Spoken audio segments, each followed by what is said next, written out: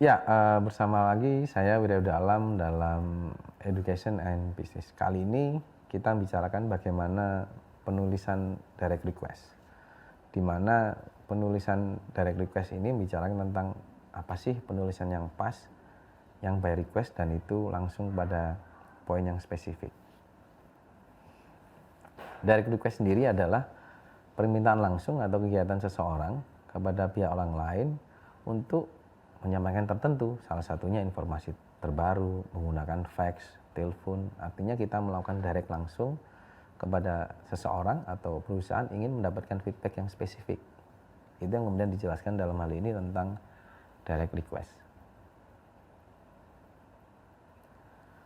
Nah, pengorganisan direct request itu juga menjadi penting karena dari bagian awal kita harus menyajikan ide pokok utama dan tentu didukung dengan fakta-fakta yang lebih rinci. Misalnya penggunaan kata-katanya nih, saya adalah manajer pemasaran toko buku di Ponorogo dan tertarik untuk something apa gitu. Dan tentunya menggunakan bahasa-bahasa yang sopan. Saya sangat senang sekali dan saya sangat terima kasih. Dengan demikian, direct request itu bisa sampai saya ingin mendapatkan sesuatu, tapi kemudian penyampaiannya pas dan diakhiri dengan penggunaan kata-kata yang lebih baik dan sopan. Sehingga direct request itu perlu diorganize, perlu diatur, perlu didesain, sehingga ide pokoknya tidak hilang, penyampaiannya juga pas, dan penggunaan kata-kata bahasanya juga sesuai. Sehingga tujuannya untuk menyampaikan direct request-nya, direct request tertentu bisa sampai. Nah, pengorganisasian direct request juga ada beberapa bagian, misalnya di bagian pertengahan maupun akhir, di mana bagian pertengahan bisa jadi untuk permintaan tertentu. Misalnya di sini contohnya saya ingin sekali memesan buku komunikasi bisnis dengan pengajar Joko Purwanto. Atau bagian akhir nyatakan dengan jelas tindakan apa yang diinginkan, kemudian diakhiri dengan suatu pernyataan yang lebih ramah.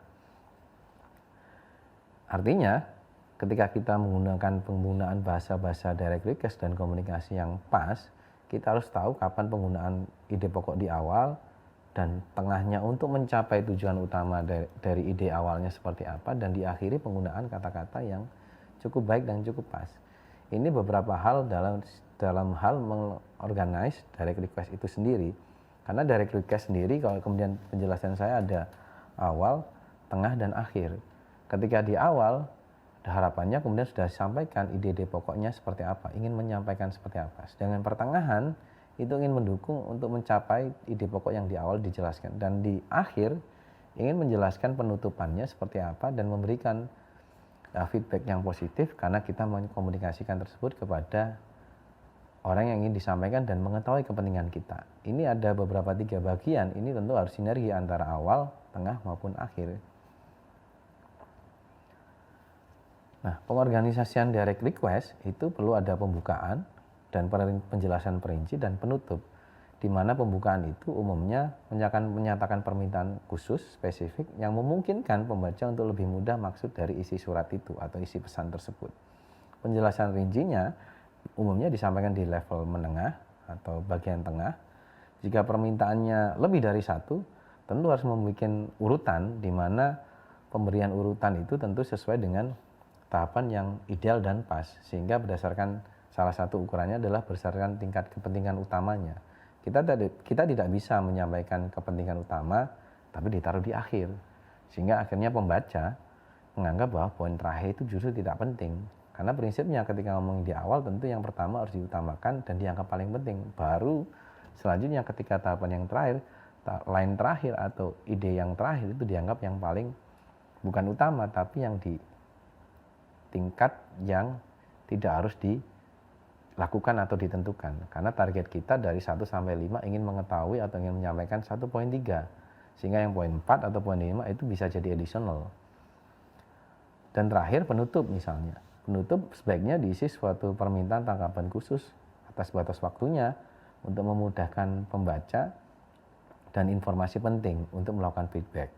Salah satunya dengan memberikan nomor pribadi, jam kerja kapan yang bisa komunikasikan, dan petugas siapa yang kemudian bisa dihubungi. Nah, ini beberapa isi pesan surat tertulis yang umumnya terjadi dalam direct request. Terima kasih sudah menerima penjelasan saya tentang bagaimana tuh penulisan tentang direct request. Nah, terima kasih atas waktunya. Saya Wirya Huda Alam. Salam education and business untuk kita semua. Salam sejahtera. Thank you.